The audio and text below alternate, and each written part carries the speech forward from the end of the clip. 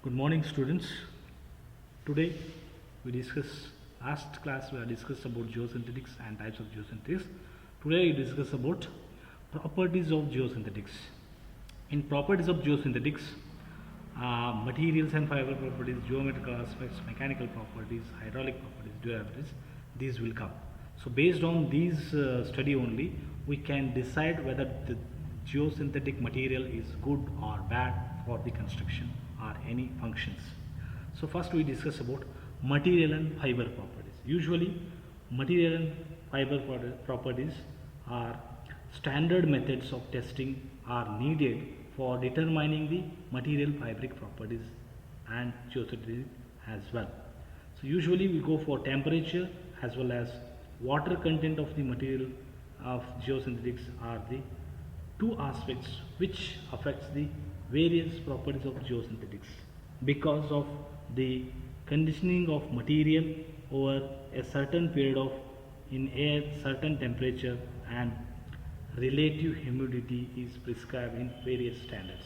So it is very important. If you want to check the material and fabric properties, we concentrate on temperature and water.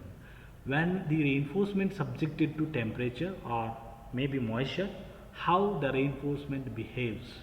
So in that direction we are testing this material.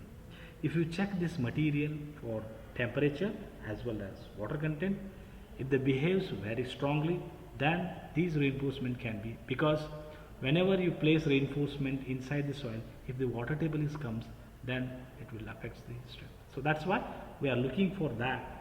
That is why we are looking for temperature as well as water content. In that condition, how these fabrics or geosynthetics behaves. Based on that, we will decide. Second one, that is geometrical aspects. So geometrical aspects usually uh, uh,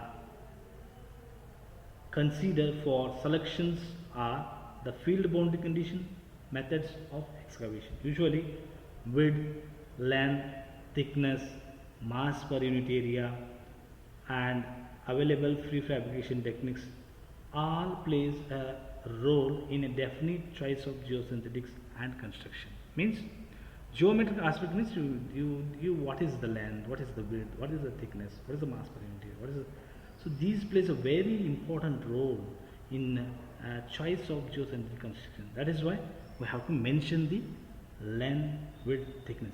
Usually length varies from 50 to 200 mm for oven and non-oven geosynthetics. Width is 5 to 5.5 meter, thickness 0.2 to 10 mm. Mass per unit area of non-ovens are 100 to 1000 gram per meter square.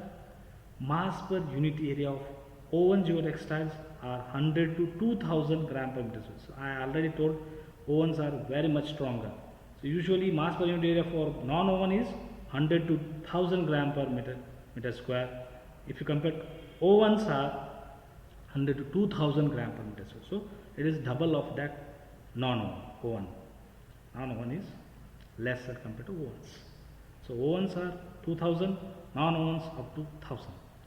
Next, light grades in the range.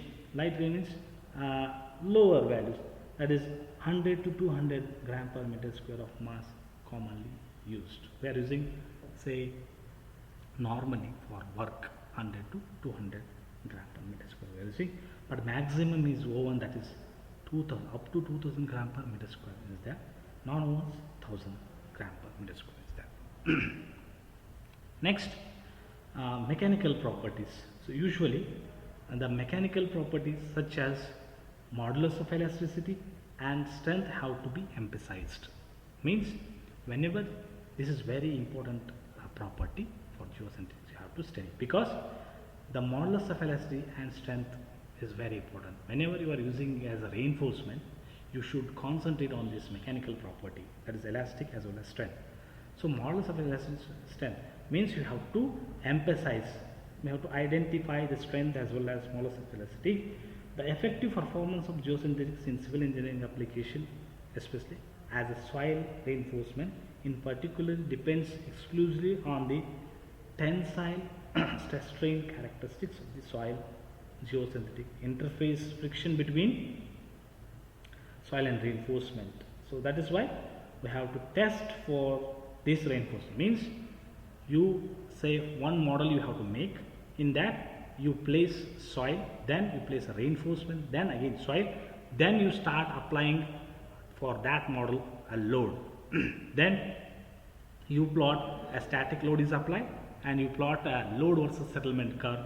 Then you come to know what is the strength of that particular soil. So that's why this modulus of the strength, if you want, then you have to go for stress strain behavior of the soil. Okay. Next is called as, next very important, that is called as hydraulic properties. The hydraulic properties of geosynthetics are controlled by two factors, that is three factors. One is fabric openings characteristics, second water permeability, and third clogging resistance. If you want to use this hydraulic property, means whenever you are using reinforcement as a filtration material, you check all these. What is the opening size? What is the permeability of that opening? What is the clogging resistance? Clogging resistance means whatever the soil is filled in that opening, then water will not easily go. So these three factors which will affect hydraulic properties. This first one is fabric opening, which includes the opening size distribution, percent area, and porosity. What's these properties? That's opening size distribution, percent area, and porosity. You have to study these things and decide what is the fabric opening characteristics. Next, second,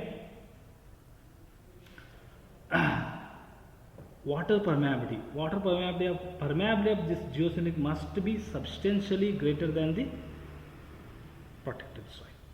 So if it is not greater than this, so that create more problems. So usually permeability should be allow the water to go outside and prevents the fines. That is the main importance of this geosynthetics. So you have to design the openings like this one. Then last one is clogging resistance. Usually clogging resistance is defined a hydraulic flow of soil particle into voids of fabrics and retention therein. So usually in case a decrease in water flow rate. So usually what happens, if this opening is closed with, because of this soil struck in that opening, so there is a reduce in the flow rate. So this is what we have to study. So we have to clean that meshes but properly, then allow the water, means the water can be easily flow. Last one, durability. So usually durability can be explained by abrasion resistance and ultraviolet resistance are the two factors which affects the durability of geosynthetics. So these two factors which affect the durability. So what first one is abrasion resistance and ultraviolet resistance. First one, sorry, abrasion resistance. So geosynthetics may be subjected to abrasion in many ways.